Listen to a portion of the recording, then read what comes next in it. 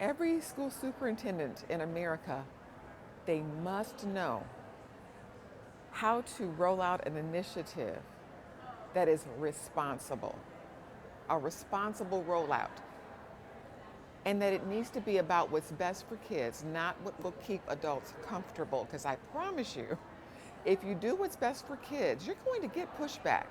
They have to expect and anticipate that. When you're planning the work, then you've got to work your plan. And part of that is strategic communication. Often that's a key component of change and shaping it proactively that we don't think about.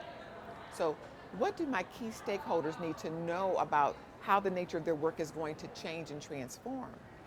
How do I initiate contact with a parent who's the most important partner in this process so that they also are equipped to know how to support the work from home? For sustainable change, the research is clear. Parent involvement and parent engagement is a key component. We can't just push in a change without informing the parents, because in their mind, their mental model is a 20th century model typically of what teaching and learning looks like. But a 21st century model should look quite a bit different because of the skills, the knowledge, and the abilities kids are going to need to be internationally competitive.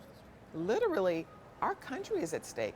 If we don't get this right, we cannot compete with China and India. We can't keep outsourcing for talent. We have the human capital right here in our country if we would invest in it with conscious competence. That's what superintendents need to know how to do.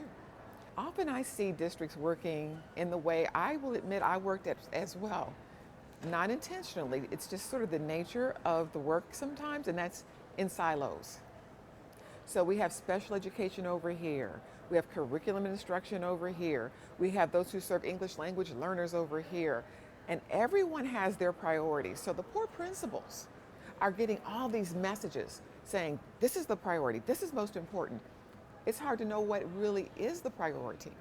So what's crucial is to plan where you bring all these people together. We map our resources, the things we can control: time, talent, and funding. As a superintendent, do you know what your return on investment is for those three components you can control for?